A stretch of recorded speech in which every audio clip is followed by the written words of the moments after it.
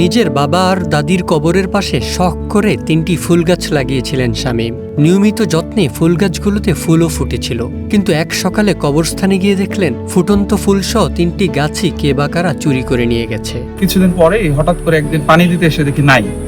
পরে আমার খারাপ লাগলো যে ফুল গাছগুলো চুরি হয়ে গেল, আবার পরক্ষণেই আবার শান্তি লাগলো যে ফুল চোর, বিষয়টা ইন্টারেস্টিং।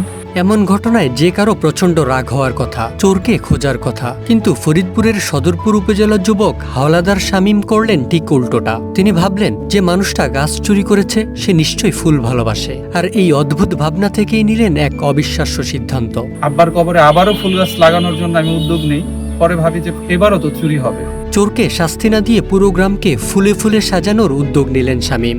নিজ উদ্যোগে শ্রমিক নিয়োগ করে পূর্ব শ্যামপুর গ্রামের প্রায় 2 কিলোমিটার রাস্তার দুই পাশে 500টি বাড়ির সামনে 1500টি ফুল গাছ রোপণ করলেন শামীম। আর গাছগুলো কি জানেন? ঠিক যে 3 প্রজাতির গাছ চুরি হয়েছিল, হাসনাহেনা, কামিনী আর শিউলি। আইডিয়া পেয়েছি এই চোরের কাছ থেকে। তো আমি পুরো গ্রামে সবার বাড়িতে 3টা করে ফুল গাছ লাগাইছি, হাসনাহেনা, শিউলি আর হচ্ছে কামিনী। তাহলে একটা কাজ করা যায়, সবার বাড়িতেই ফুল গাছ লাগিয়ে দেয় আমার গ্রামের। তাহলে যে চুরি করছে ওই আর এই ফুল গাছ চুরি করতে আসবে না।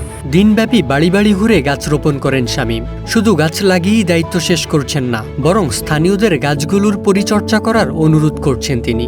আরে বাবুরে বাবু, এই পদের গাছ কোথাও দেখি নাই, আর লাগাইতেও দেখি নাই। আর মন্দিরের সাইডে লাগাইতেছে, মসজিদের সাইডে লাগাইতেছে, স্কুলের সাইডে লাগাইছে। এই যে উদ্যোগটা শামীম নিছে, এর জন্য আমি ওকে অসংখ্য ধন্যবাদ জানাই। এরকম আরো কিছু লোকের এই উদ্যোগ নেওয়া উচিত। শামীম প্রমাণ করে দিলেন প্রতিশোধ মানেই আঘাত করা নয়, প্রতিশোধ মানে কখনো কখনো পুরো সমাজকে সুন্দরে ভরিয়ে দেওয়াও হতে পারে।